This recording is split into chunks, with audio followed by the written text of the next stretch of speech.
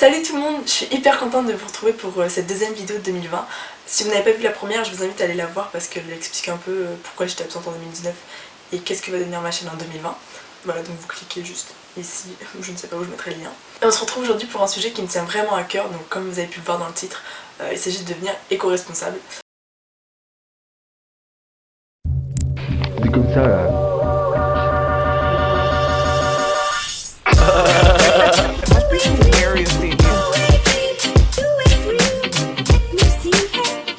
Today's a new day. On est là.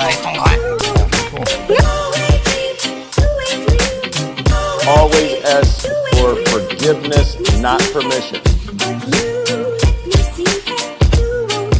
Pourquoi cette vidéo? Bah je sais pas vous, mais moi en 2020 ma priorité c'est clairement la planète Terre en fait. Comme on le sait tous, c'est notre maison, c'est celle qui nous permet de vivre, d'avoir de l'air, de l'oxygène, toutes ces ressources incroyables qu'elle nous offre.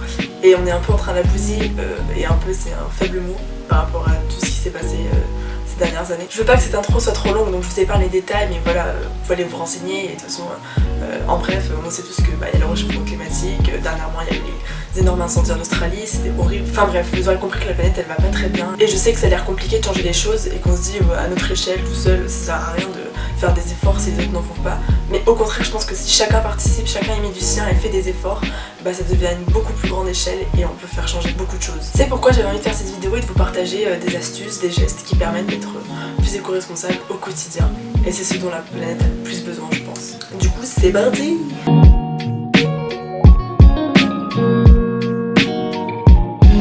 Marque le début d'une nouvelle année mais aussi d'une nouvelle décennie, donc je pense que c'était important de commencer cette année par faire un tri. Alors ce dont je vais parler là c'est du tri matériel, mais rien ne vous empêche de faire du tri humain parce que je pense qu'il y a certaines personnes qu'on devrait dégager de nos vies si elles sont toxiques en fait. You know what I mean? Franchement, entourez-vous que des bonnes ondes, c'est vraiment tout ce que je vous souhaite. Fin de la parenthèse, merci, même si je l'avais pas ouverte. Donc voilà, personnellement moi j'ai commencé par faire un tri dans ma chambre parce que je suis une personne qui accumule vraiment beaucoup de choses. Alors je me plains pas, mais c'est juste que à force d'accumuler au fil des ans, il y en a vraiment partout et il y a trop de trucs dont je me sers plus. Et en fait je sais pas si vous connaissez mais j'ai regardé une série sur Netflix. Donc en fait c'est une japonaise qui s'appelle Marie Kondo qui a écrit un livre sur les manières de bien ranger et tout. Et donc là dans la série on la voit suivre des familles en Amérique et les aider à faire le rangement de leur maison, tout ça. Et franchement c'est hyper cool, je trouve que ça se regarde hyper facilement.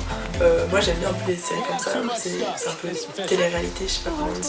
Et voilà, je vous conseille vraiment de la regarder avant de faire votre rangement parce que ça permet de voir par quelles étapes passer. Je vous conseille même de la mettre pendant que vous faites votre rangement en fait. Donc voilà, là par exemple j'ai sorti tous mes vêtements. Et du coup j'ai fait le tri en fait de ce que je mettais, ce que je mettais plus. Et vraiment on se rend compte qu'il y a des choses, enfin il y a des vêtements, je les avais en 12 ans quoi, ça fait 6 ans que je les ai. À un moment c'est normal qu'on s'en lasse. Et donc faut pas culpabiliser, faut leur dire merci en fait. Voilà, c'est une des recommandations de Marie. Faut remercier les vêtements de nous avoir accompagnés. Et franchement je trouve que c'était assez cool de dire ça parce que c'est vrai qu'il y a des vêtements qui nous marquent et on n'ose pas s'en détacher alors que c'est juste un objet matériel et il faut s'en rendre compte quoi. Bon après n'oubliez pas d'expliquer la méthode à vos proches hein, parce que sinon ils risquent de vous prendre pour des tarés. Ah mon pull chéri. Chérie? Merci de m'avoir accompagnée pendant mon adolescence. À qui tu parles? Bah à mon pull.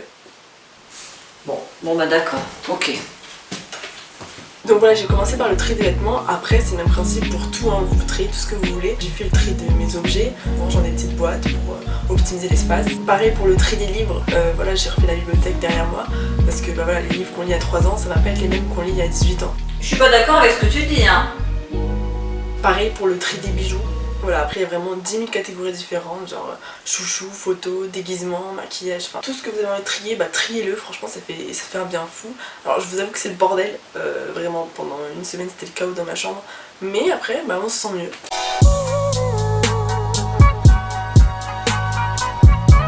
Donc après avoir appliqué la méthode Marie Kondo à notre chambre, on se rend compte qu'on a vraiment beaucoup d'objets en trop, beaucoup trop de vêtements qui ne nous servent pas, qui ne nous vont plus. Bref, qu'on est dans la surconsommation totale.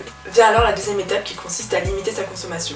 Donc cette étape, en quoi elle consiste? En fait elle consiste à se restreindre dans ses achats, à limiter nos achats parce qu'il y a vraiment des choses qu'on achète compulsivement alors qu'on n'en a pas besoin en vrai. Par exemple, pendant la période des soldes, c'est ma soeur qui m'a donné l'astuce, coucou Audrey si tu passes par là. Je vous conseille de faire une liste de vos besoins et de vos envies. Par exemple, voilà, si vous avez remarqué que vous n'avez plus du tout de jogging pour faire du sport, ils sont tous abîmés, et il y a des gens qui font du sport en 2020. Vous faites votre liste et vous marquez jogging dans vos besoins Mais par exemple, si vous avez envie d'une nouvelle veste en hiver alors que vous en avez déjà 2 ou 3, vous la marquez dans vos envies parce que c'est pas vraiment nécessaire. Donc voilà, c'est vraiment aborder les achats différemment, avoir une autre manière de penser et de consommer. Bien sûr, c'est extrêmement difficile parce qu'on vit dans une société qui nous pousse constamment à l'achat. Donc c'est normal que vous n'y arrivez pas forcément et qu'on ait envie de se faire plaisir, mais il faut savoir trouver un équilibre. Mais si vous êtes une fan de shopping, et ça, je vous comprends parce que le shopping c'est la base, dans ce cas-là, au lieu d'acheter du neuf, essayez de privilégier les friperies parce qu'on trouve vraiment des trucs hyper cool et à bas prix. Et ça permet aux vêtements d'avoir une seconde vie. Donc bien sûr, on a la chance de vivre au 21e siècle et du coup, au 21e siècle, il y a quoi? Il y a internet. Et donc avec tous les sites qu'il y a, par exemple Vinted, on peut vendre et acheter des vêtements et ça c'est hyper cool parce qu'il y a vraiment un échange entre tous les utilisateurs. Si tu ne le veux plus, vends-le! Non mais c'est ma veste tout ça. Non mais attends. Et puis moi je préfère les vides-greniers pour vendre. Ok. Et du coup ça fait une économie circulaire, c'est-à-dire qu'on achète, quand on n'en veut plus on revend, ça passe à quelqu'un d'autre et finalement ça fait un cercle et on ne le jette jamais. Donc c'est un cercle vertueux. Et franchement il n'y a rien de mieux pour la planète quoi.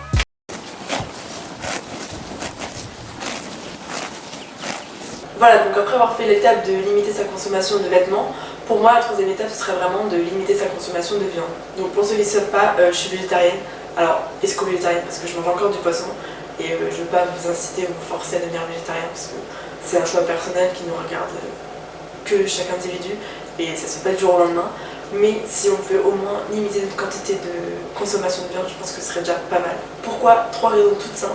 De 1, on sait que l'industrie de la viande, elle pollue énormément. Et je parle pas des vaches qui pètent et qui font du méthane et qui sont la cause du réchauffement climatique, non. Non, je parle vraiment de l'industrie agroalimentaire et de la viande qui pollue énormément parce qu'il faut qu'elle produise des céréales pour nourrir les animaux, de l'eau pour qu'ils ne soient pas soifés et ensuite on les tue avec des machines, on produit, on fait des steaks, la viande. Enfin bref, on est conscient que ça use beaucoup d'énergie et que ça contribue, oui, au réchauffement climatique. La deuxième raison, c'est qu'on a la chance de vivre dans une société aujourd'hui où il existe plein d'alternatives possibles. Alors je suis désolée si je gueule, mais le lave-vaisselle qui est juste à côté et en plus j'ai les oreilles bouchées, donc je m'entends absolument pas. Par exemple, il y a les knackis végétales, genre les saucisses, ça c'est la base, c'est vraiment trop bon. Genre des escalopes de soja et blé, des steaks de soja, enfin il y a vraiment 10 000 possibilités possibles.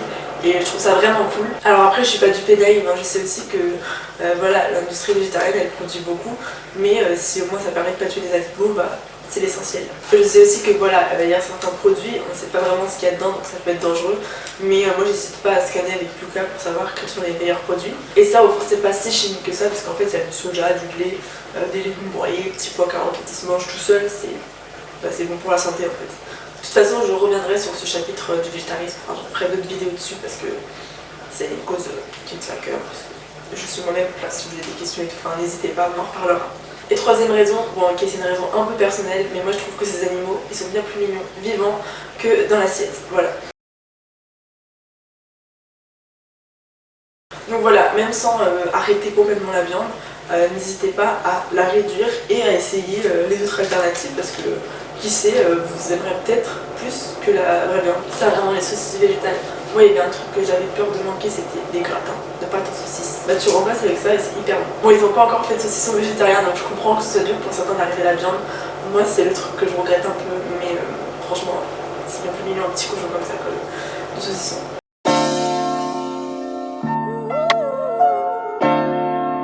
La salle de bain, pour certains et certaines, c'est un lieu où on passe beaucoup de temps et on jette énormément de déchets, même trop quoi, alors qu'il y a de plus en plus d'alternatives écologiques et possibles et c'est ce dont je vais vous parler maintenant.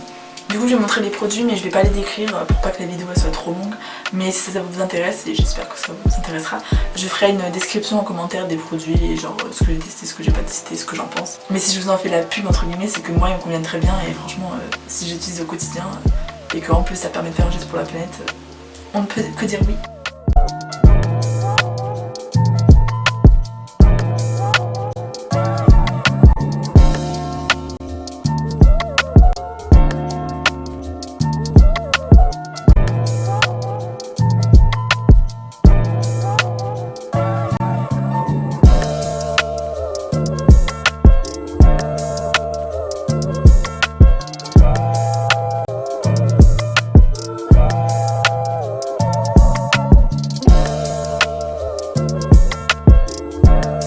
Et enfin, il y a vraiment plein de gestes que l'on peut faire au quotidien qui sont écologiques et simples.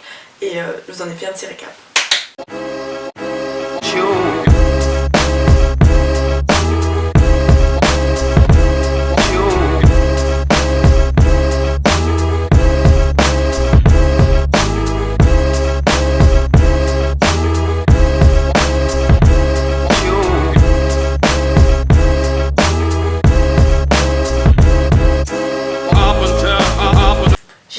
chercher ton cœur, si tu l'emportes ailleurs, même si dans tes danses, notre danse des heures, j'irai chercher ton âme, dans les coins, dans les flammes, je te jetterai des fleurs, pour que tu m'aimes encore.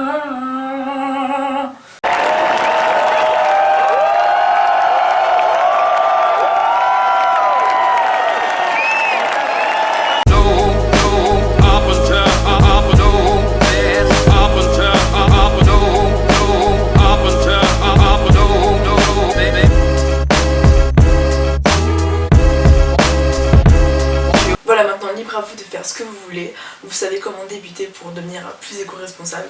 Et puis bien sûr, si vous avez d'autres astuces, n'hésitez pas à les mettre en commentaire. Comme ça, on peut partager toutes nos astuces ensemble. Et tous ensemble, on peut aider la planète à aller mieux. Voilà, maintenant chacun est libre et tu as le droit de ne rien faire pour la planète et de nous laisser mourir tous tout doucement. Mais dans ce cas-là, tu fais partie de mes abonnés qui vont directement à la poubelle. Merci. Si tu es dans ce cas, je t'invite donc à te désabonner de ma chaîne parce qu'en 2020, on ne s'entoure que de bonnes ondes. Ciao! Et pour les autres qui soucient la planète bien sûr, et parce que je sais qu'on est nombreux, je vous invite à rester sur la chaîne parce qu'il va y avoir plein de nouveaux trucs cette année et j'ai hâte et j'espère que je vais pouvoir tenir ma parole et être beaucoup plus active qu'en 2019. Je vous fais de gros bisous et je vous dis à très vite!